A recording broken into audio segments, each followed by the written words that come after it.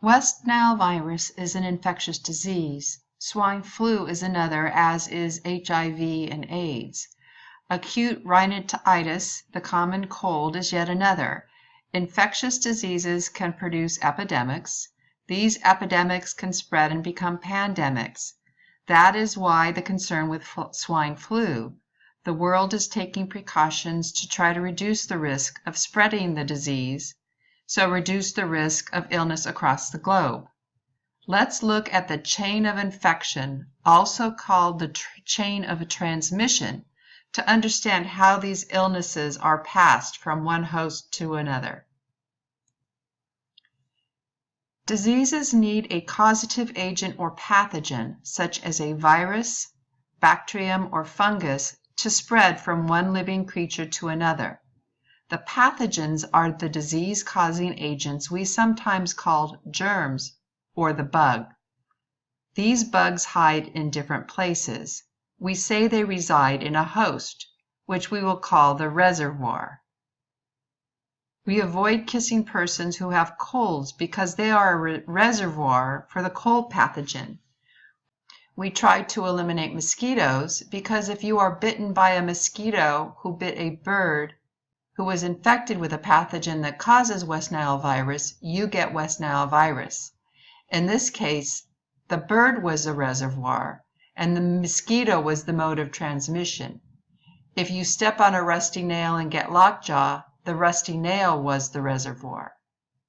To leave the reservoir, the agent needs a way out, a portal, a doorway, to leave the reservoir to travel and look for new hosts to infect. With the human reservoir, we are most concerned with the respiratory system, reproductive system, and breaches such as holes, tears, and scrapes in the skin as portals of exit. We know from our own experience that just because there's a door in a room, a person may or may not go through it. It is the same with pathogens. If I have a cold, I can certainly keep it to myself or I can share it.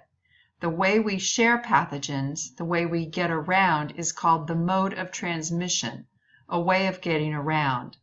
The mode of transmission can either be direct, like shaking hands with the reservoir, or indirect, like when I touch the doorknob in a public place and get the germs of every other person who touched the doorknob before me.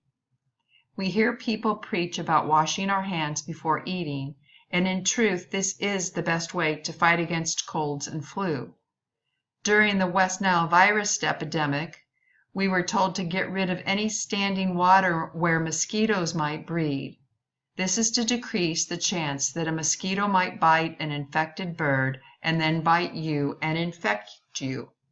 Both of these are easy, yet effective ways to decrease your chance of infection by eliminating the mode of transmission and breaking the chain of infection. If I don't wash my hands after visiting the airport, I may carry pathogens on the skin of my hands. This in and of itself won't make me sick. It is when I provide a portal of entry.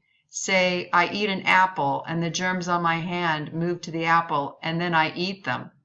And I love apples, but then the pathogen can enter my body and I may become susceptible, a new host.